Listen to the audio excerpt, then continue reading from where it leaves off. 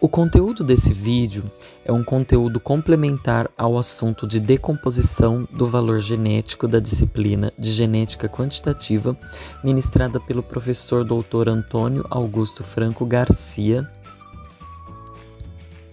Nós vamos abordar uma breve introdução sobre a genética quantitativa e alguns pontos importantes relacionados a ela, e também vamos falar sobre os tópicos influência de um locus no fenótipo, decomposição do valor genotípico de Fischer e partição da variância genética. Iniciando então, a genética quantitativa é uma parte da genética cujo foco de estudo são as características ou caracteres quantitativos, enfatizando em especial a sua herança e os componentes que estão envolvidos na sua variação. Uma característica, quando ela é quantitativa, a gente diz que é uma característica que pode ser mensurada, ou seja, é uma característica que possui natureza métrica, como por exemplo a produção de leite. Essas características, elas são controladas por vários genes, ou seja, são chamadas de poligênicas. E esses genes, eles podem possuir pequenos efeitos, porém a soma dos efeitos de todos eles resulta em um breeding value final desse indivíduo. É interessante ressaltar que essas características possuem uma forte influência ambiental. Esses vários genes de pequenos efeitos, quando somados às variáveis do ambiente, fazem com que estes caracteres tenham uma distribuição muito próxima da distribuição normal, o que é conhecido como teorema do limite central. A informação genética de um indivíduo, ser vivo ou organismo, está armazenada no seu DNA, na forma de cromossomos, e cada sequência responsável por codificar produtos específicos é chamado de gene, cuja posição no cromossomo é chamada de loci. A maioria dos organismos possui 2 cópias de cada cromossomo. São conhecidos como organismos diploides. Porém, alguns organismos apresentam apenas uma cópia ou mais de 2 cópias, que são, respectivamente, indivíduos haploides e poliploides. As várias formas de um gene são conhecidas como alelos. Quando estudamos o genótipo de um indivíduo em um único locus, estamos falando sobre um único par de alelos, que se forem idênticos são ditos homozigotos e se forem distintos são chamados de heterozigotos. Por exemplo, se considerarmos os alelos B1 e B2, é possível se ter 3 genótipos a partir desses alelos, que seriam os genótipos B1-B1, homozigoto recessivo, B1-B2, heterozigoto e B2-B2, homozigoto dominante. É possível ter mais de 2 alelos em um mesmo locus. Tanto na genética quantitativa, assim como no melhoramento genético animal, o estudo da frequência alélica é um dos pontos mais importantes, porque a partir dela nós temos o conhecimento dos alelos que estão presentes em uma determinada população, ou indivíduo, ou espécie, e no melhoramento genético, a partir disso pode-se selecionar os alelos que se queiram aumentar dentro dessa população e etc. Essa frequência nada mais é do que a frequência relativa de um alelo, de um locus, numa população. Ela normalmente expressa-se como em proporção ou porcentagem. Em genética populacional, essas frequências são usadas para descrever a diversidade genética ao nível do indivíduo, população ou espécie. Para se calcular a frequência alélica em um locus de um organismo diploide e autossômico, deve-se observar a frequência de homozigotos mais a metade da frequência observada de todos os heterozigotos que contêm esse alelo.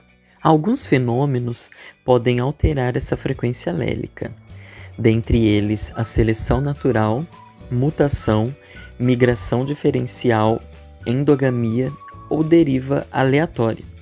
Quando esses fenômenos não atuam sobre uma população, ao longo das gerações, a sua frequência alélica, em teoria, se manteria inalterada. Quando uma população se encontra com essas características, nós dizemos que ela se encontra em equilíbrio pelo princípio de Hardenberg. Além da ausência desses fenômenos, é importante ressaltar que essa população também precisa ser suficientemente grande e os acasalamentos precisam ocorrer ao acaso. Quando pensamos em vida real, esse princípio de Hardenberg é um princípio idealizado, pois dificilmente isso aconteceria perfeitamente. Porém, como muitas populações chegam muito próximo disso, isso é suficiente para fins práticos. Sabemos que o fenótipo de um indivíduo, representado pela letra Z, nesta fórmula, é o resultado da interação entre o seu genótipo e o ambiente, representados respectivamente pelas letras G e E. Fischer, em seu artigo de 1918, ao estudar essa questão, percebeu que o valor genotípico ou genético de um ser vivo, de um indivíduo, era algo extremamente complexo de ser estudado. Foi então que ele entendeu que, particionando esse valor em efeito aditivo e desvio de dominância, seria mais fácil dele ser interpretado. Para entender melhor essa partição, vamos considerar o exemplo do livro de Lynch e Walt, 1998, para dois alelos, que é um esquema um pouquinho diferente do que foi apresentado por Falconer e Mackay em 1996. Na representação de Falconer e Mackay, considerando um locus com dois alelos, o intervalo iria de -A até mais A, onde -A seria o valor correspondente ao genótipo B1B1, o homozigoto recessivo, mais A seria correspondente ao valor do genótipo para B2B2, homozigoto dominante, e dentro desse intervalo estariam os valores que estariam relacionados ao genótipo heterozigoto. Se o valor D para o genótipo heterozigoto for igual a 0, então considera-se que possui apenas um efeito aditivo. Na representação de Lynch e Walt, isso funciona de uma maneira um pouquinho diferente. Em um extremo, para o homozigoto recessivo B1B1, o valor começa no 0, e no outro extremo temos o homozigoto dominante B2B2, cujo valor seria 2A. Para o genótipo heterozigoto, o que vai dizer em que posição dessa linha ele vai estar, vai ser o K, que está relacionado à dominância. Por exemplo, se esse K for igual a 0, então o valor para o genótipo heterozigoto ficaria no centro e seria correspondente a 1A. E conforme esse valor se altera, esse heterozigoto vai se deslocar ao longo da linha. Quando K for igual a 1, então significa que ele vai ter o valor de 2A, tendo a dominância completa, portanto. Se o valor de K for maior do que 1, então esse valor vai ser maior que 2A, o que caracterizaria uma sobredominância. E entre 1A e 2A seria uma dominância parcial. Assim, a gente entende que nessa representação de Lynch e Walt, todos os valores possíveis são consequência de uma alteração no valor de K. E todas as hipóteses, então, vão depender apenas do valor aditivo, o que vai facilitar bastante a interpretação. Agora, para entender um pouquinho melhor sobre isso, vamos falar mais especificamente sobre a decomposição do valor genotípico proposto por Fisher no seu artigo de 1918. O número de cópias de um alelo qualquer em um genótipo é referido como o conteúdo do gene. E a menos que este alelo interaja aditivamente com todos os outros alelos, haverá uma relação não linear entre o valor genotípico e o conteúdo do gene. A melhor aproximação linear para esta relação entre o valor genotípico e o conteúdo do gene leva a uma partição dos valores genotípicos em seus valores esperados com base na aditividade G e desvios dessas expectativas resultantes da dominância. Essa partição dos valores genotípicos em vários componentes, por meio da regressão, dividindo a variância total em variância aditiva, associada ao efeito médio de substituição alélica, e a de desvio de dominância, que não pode ser explicada pela regressão, é um dos vários avanços importantes desenvolvidos nesse artigo do Fisher. Fisher conseguiu mostrar que, uma vez que são particionados, se torna mais simples a seguir particionar também as fontes de variação genética em um locus. Olhando isso no modelo, então, temos esse modelo de regressão múltipla, onde o valor genotípico é igual ao valor esperado G-chapéu, que está relacionado ao efeito aditivo, mais os desvios que estão relacionados à dominância. E isso é igual ao intercepto, μg, mais os slopes, que estão relacionados à quantidade de cada um dos alelos, mais o desvio, formando então um modelo de regressão múltipla. Fisher, então, simplificou um pouco mais esse modelo. Ele chamou o N1, que é um dos alelos, de 2 menos N2, substituindo então na fórmula. Depois ele fez mais algumas substituições, simplificando a fórmula para valor genotípico igual a iota mais alfa N2 mais o desvio. No caso, ficou o cálculo para apenas um alelo, porque como eles são complementares, então calculando para um, indiretamente eu já posso ter o valor do outro. E com isso ele saiu de um modelo de regressão múltipla e para um modelo de regressão simples, e colocou isso num gráfico. Nesse gráfico a gente pode perceber que, conforme o valor genotípico vai aumentando, o número do alelo B2 também vai aumentando. Também podemos observar aqui o desvio, onde o ponto sobre a reta seria o esperado e o pontinho azul logo acima, o G, seria o valor real, vamos dizer assim. De forma que G menos G-chapéu daria esse desvio. E aqui a gente pode entender que se tivesse apenas um efeito aditivo atuando aqui, esse ponto G ele estaria também sobre a reta, não teria um desvio de dominância.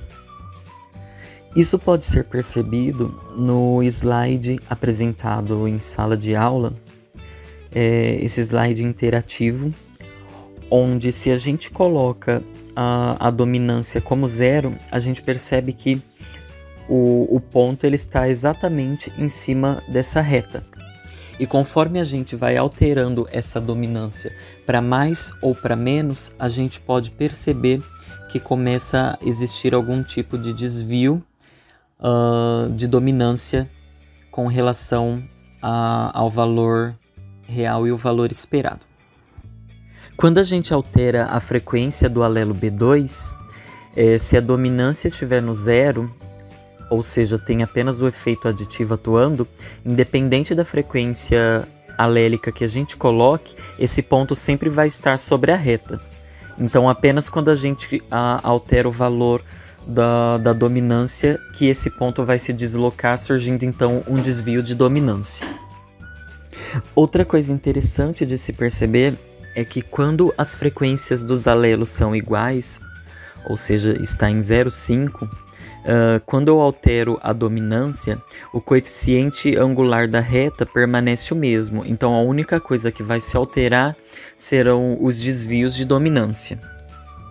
Na partição da variância genotípica, já vimos que o genótipo vai ser igual à sua esperança mais os desvios. Assim, a variância genotípica vai ser igual à variância dessa soma, da esperança mais os desvios, que também é igual à variância do que se espera, da esperança, do esperado, mais 2 vezes a covariância do esperado mais os desvios, mais a variância dos desvios. Porém, como a covariância entre o que é esperado e os desvios não existe, então essa parte da fórmula é zerada, é anulada. Assim, a variância genética vai ser igual à variância do componente aditivo mais a variância do componente de dominância. Agora, nós podemos calcular, então, a variância aditiva e a variância de dominância com base nessas esperanças. E com isso, nós vamos chegar que, para calcular a variância aditiva, nós vamos precisar do valor dos alelos mais o alfa, ou em outras palavras, a variância aditiva ela depende da frequência dos alelos e do alfa. Enquanto que a variância de dominância vai depender também da frequência dos alelos, do valor aditivo de uma forma direta e também do efeito de dominância. É importante ressaltar que para calcular o alfa também depende do efeito de dominância. Então também é necessário o valor deste efeito para poder fazer a variância aditiva. Existe um caso em que a variância aditiva não vai depender da variância de dominância, que é quando a frequência dos alelos são iguais. Aí, neste caso, uma variância não vai depender da outra. Para ilustrar o que foi conversado, temos esse gráfico interativo também apresentado na aula de genética quantitativa, onde podemos ver um pouquinho dessa interação entre as variâncias. No gráfico é apresentado a variância aditiva VA, a variância de dominância VD e a variância genética VG, respectivamente nas cores azul, amarelo e vermelho. A primeira coisa que podemos observar é que quando a dominância do parâmetro é zero, ou seja, quando não existe dominância, a variância aditiva e a variância genética são iguais, de forma com que a variância de dominância fique inexistente, que é quando nós dizemos que não existe o desvio de dominância, com efeito apenas da parte aditiva. Ao alterar a dominância para qualquer um dos alelos, a gente já percebe que surge então uma variância de dominância. E dependendo do valor dessa dominância, essa variância de dominância pode ser às vezes até maior do que a própria variância aditiva. Como, por exemplo, quando eu tenho uma variância completa para um dos alelos, como por exemplo para o alelo P2, a gente percebe que quanto maior a frequência desse alelo, a variância de dominância pode ser maior a partir de aproximadamente 0,30 e alguma coisa do que a própria variância aditiva.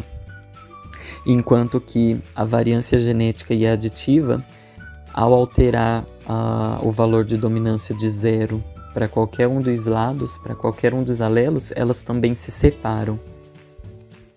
Independentemente de eu alterar a dominância para um alelo ou para o outro, o comportamento das variâncias será espelhado. Isso quer dizer que, se eu aumento a dominância para o alelo P2, por exemplo, a curva vai inclinar para o lado esquerdo. Se eu aumentar a dominância para o outro alelo, essa curva vai caminhar para o lado direito de forma espelhada ao que aconteceu com o outro alelo, se o valor de dominância for o mesmo. Interessante perceber que, quando eu coloco dominância completa para um dos alelos, como por exemplo para o alelo P2, a gente percebe que ali na faixa de 0,70, 0,75, a variância aditiva fica nula, enquanto que a variância de dominância fica bem mais alta e nesse ponto ela se encontra e se equipara à variância genética. E o mesmo acontece se eu colocar a variância completa para o outro alelo. Era isso que a gente tinha para apresentar para vocês, um pouquinho sobre a genética quantitativa, a influência do locus no fenótipo e toda essa questão da partição da variância genética, que são alguns conceitos bastante importantes para essa ciência e que complementam estudos em melhoramento genético animal, de planta e etc. Muito obrigado pela atenção de todos.